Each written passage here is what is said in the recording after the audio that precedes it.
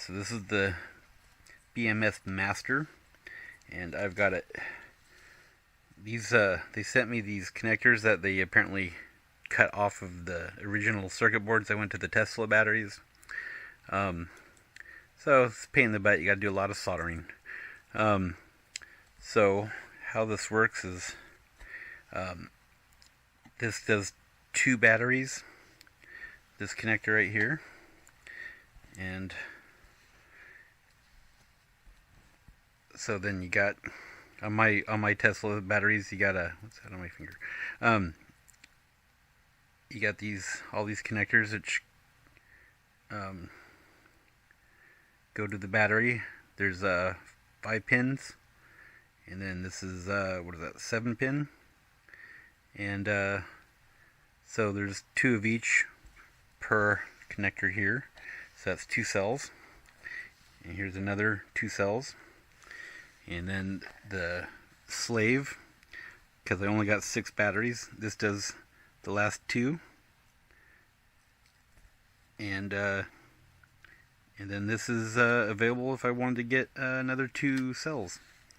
And so if you look at these, this is a bad example. I just went through with after I soldered them on there, I just hot glued them front and back to make them so they won't wiggle around and break their connections. But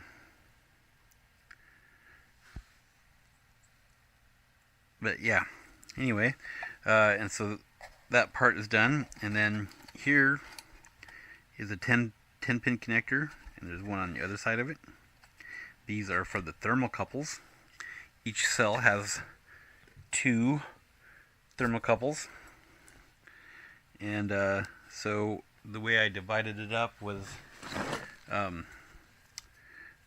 this one does cell 1 and 2, and so that each thermocouple is 2 connectors, and there's 10 here, so that left me with a pair unused. And then so this does 2 thermocouples, this does 2 thermocouples, so that's 2 batteries right there. And then I got all these the same way. I haven't hot glued these yet, I just got them soldered on there. And one thing I noticed is that because they just cut these off of the original circuit boards, you have to be careful. Some of these traces were lifting up and just like frayed wires basically, and it would be very easy to cross and bridge against another one. So you want to be careful that any loose traces are scraped off. Some EV companies apparently make a custom board that replaces all this, which would be so much nicer, and I wish I'd known that was an option. So anyway, I'm going to go through, hot glue all these, and then I'm going to go through the multimeter and check and make sure nothing's bridged, like a solder bridge or something. And so that does most of the wiring for my BMSs. I still got this stuff, which I haven't even really looked into yet. I think it's your CAN wiring, and yeah, I'm not even sure. And then there's a communication link. But here's the numbers on those. Dilithium BMS system. Spendy little boxes.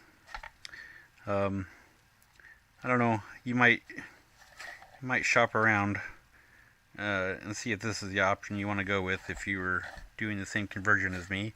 A lot of other companies seem to be using BMSs called Orion. Seems like the instructions for Orion seemed a little bit better, but yeah, not too bad. There's a lot of soldering, lots and lots of soldering.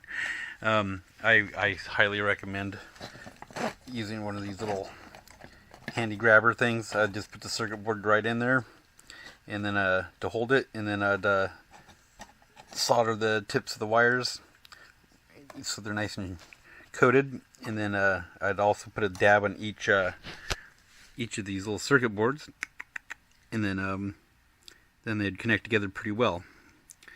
By the time I got good at it, I was pretty much done. So hopefully I don't have to do too many more of those. Anyway, that was a little update. Talk to you later. Hit like if you liked it. Comment, please. I'll read them. Thanks.